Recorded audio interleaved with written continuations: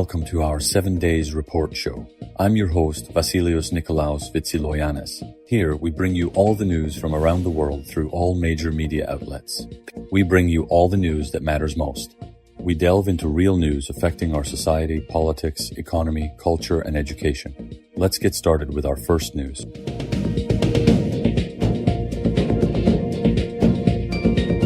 President Donald Trump isn't scouring the dictionary for a new, most beautiful word to replace his beloved tariffs. He's not doing it.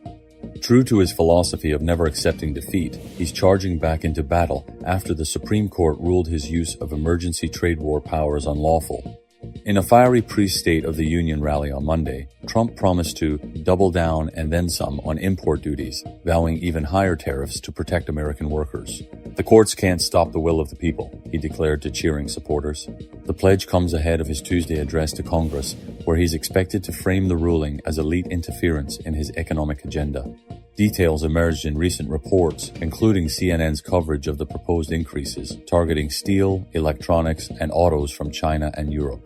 The Supreme Court's 6-3 decision last week struck down Trump's invocation of a 1970s-era law to impose unilateral tariffs amid escalating global trade tensions. Critics hailed it as a check on executive overreach, but Trump called it a witch hunt by globalists. Yet many Republicans are urging caution. With midterm elections looming in November, party leaders worry higher tariffs could spike consumer prices and alienate suburban voters. Senate Minority Leader Mitch McConnell warned of unintended inflation, while House Speaker Mike Johnson pushed for negotiations over escalation. "We win by building coalitions, not walls of duties," a GOP strategist said anonymously. Trump dismissed the dissent, tweeting, "Tariffs equals jobs. Weak rhinos forget that." Analysts predict the standoff could dominate his address, testing party unity as economic growth slows to 1.8% amid trade fallout.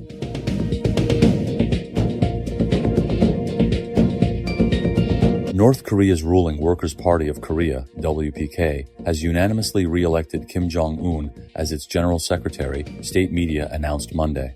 The decision emerged from a party congress in Pyongyang on Sunday, a gathering widely viewed by observers as a formality to cement the Kim dynasty's iron grip on power.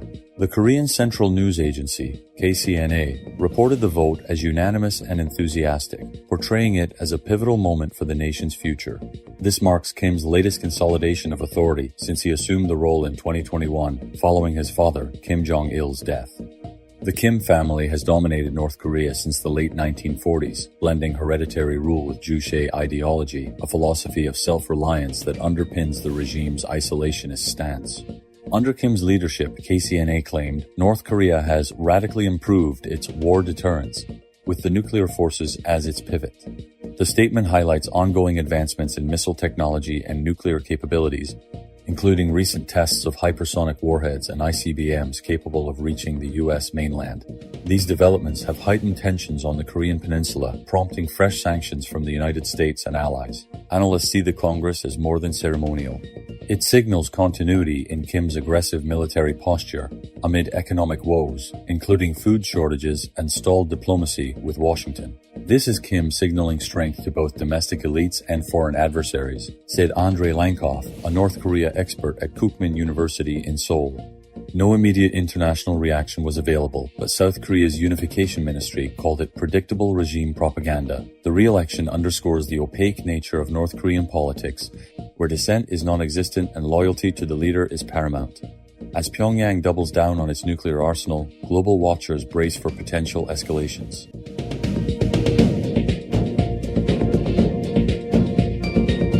Indian Prime Minister Narendra Modi landed in Tel Aviv, Israel on the 25th of February 2026 for a two-day state visit at the invitation of Israeli Prime Minister Benjamin Netanyahu.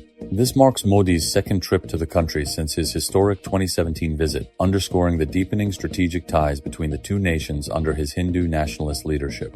Upon arrival at Ben Gurion Airport, Modi received an enthusiastic reception from Netanyahu, who described their relationship as a real friendship and tremendous alliance. The leaders held a private meeting immediately after a welcome ceremony, ahead of Modi's scheduled address to Israel's Knesset parliament. Netanyahu's office highlighted plans to discuss broad cooperation in defense, technology, agriculture, trade, and security. The visit aims to review progress in the India-Israel strategic partnership, focusing on science, innovation, water management, and people-to-people exchanges. Leaders will also exchange views on regional issues amid West Asian tensions, including potential deals like defense agreements. Modi is set to meet President Isaac Herzog as well. Ties have grown significantly since 2017, with shared priorities in counter-terrorism and economic collaboration. This engagement reaffirms the bond between the resilient democracies poised for expanded mutual benefits.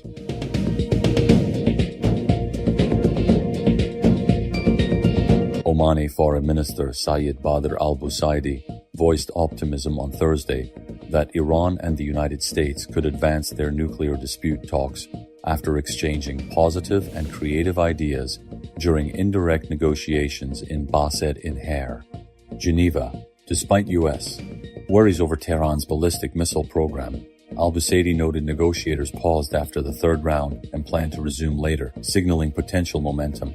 The discussions, mediated by Oman, restarted this month to resolve decades of deadlock over Iran's nuclear activities, which Washington, Western allies, and Israel suspect aim at weapons development claims Tehran denies. Iran pledged flexibility on nuclear issues and sanctions relief, but insists ballistic missiles remain off-limits, calling them a non-negotiable defense right. U.S. Secretary of State Marco Rubio labeled Iran's missile stance a major problem, arguing the weapons threaten America and regional stability. Special Envoy Steve Witkoff and Jared Kushner negotiated indirectly with Iranian Foreign Minister Abbas Araghchi. President Donald Trump has amassed U.S. forces in the Middle East, the largest since the 2003 Iraq invasion, including the USS Gerald R. Ford carrier heading to Israel and F-22 jets deployed there for the first time.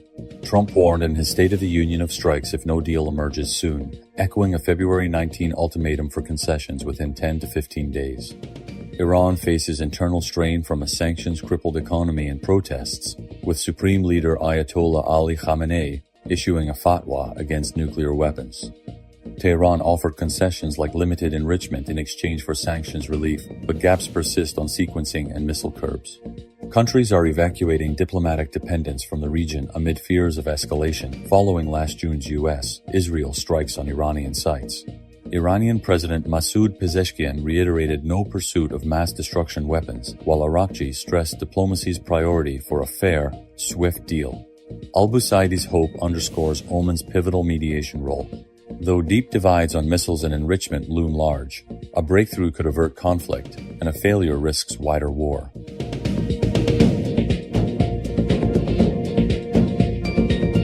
A large Chinese military drone has executed at least 23 flights over the South China Sea since August, broadcasting false transponder signals to impersonate foreign aircraft.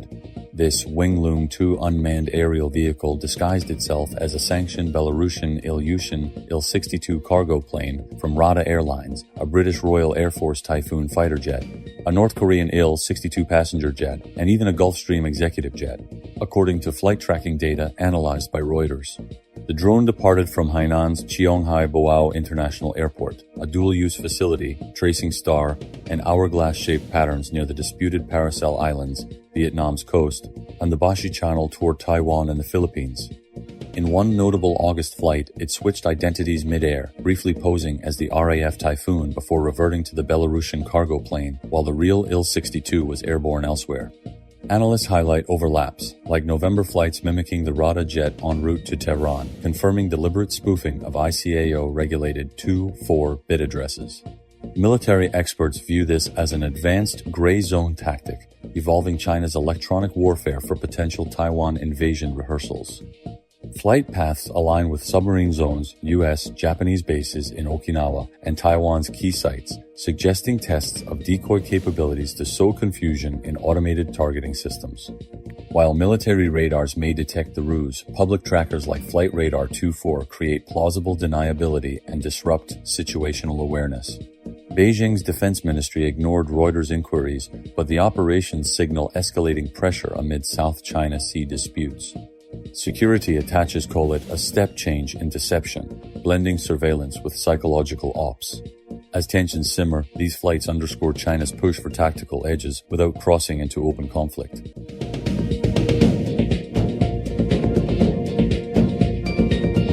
Cuban border guards intercepted a Florida-registered speedboat, killing 4 people, including at least 1 American citizen, and injuring 6 others, according to a U.S. official.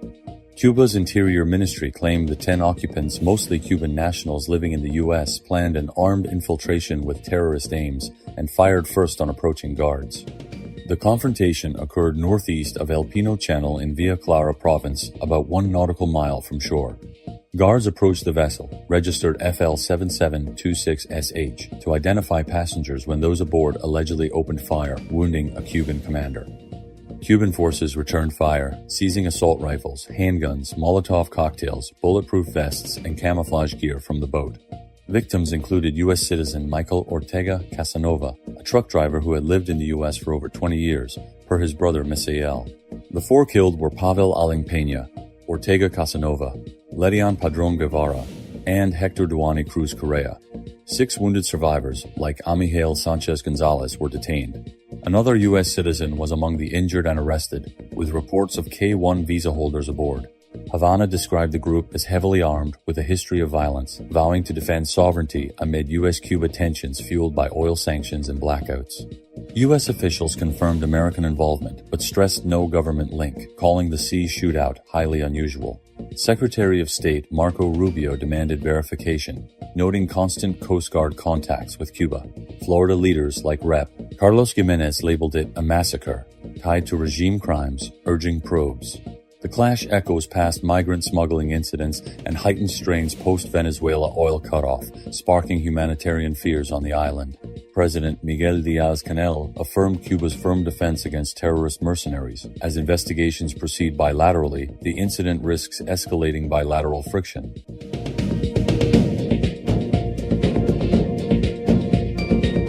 That was the 7 Days Report Show. I'm your host, Vasilios Nikolaos Vitsiloyanis. Before signing off, I would like to thank you for listening to our news. Until next time, stay informed and be safe. Goodbye.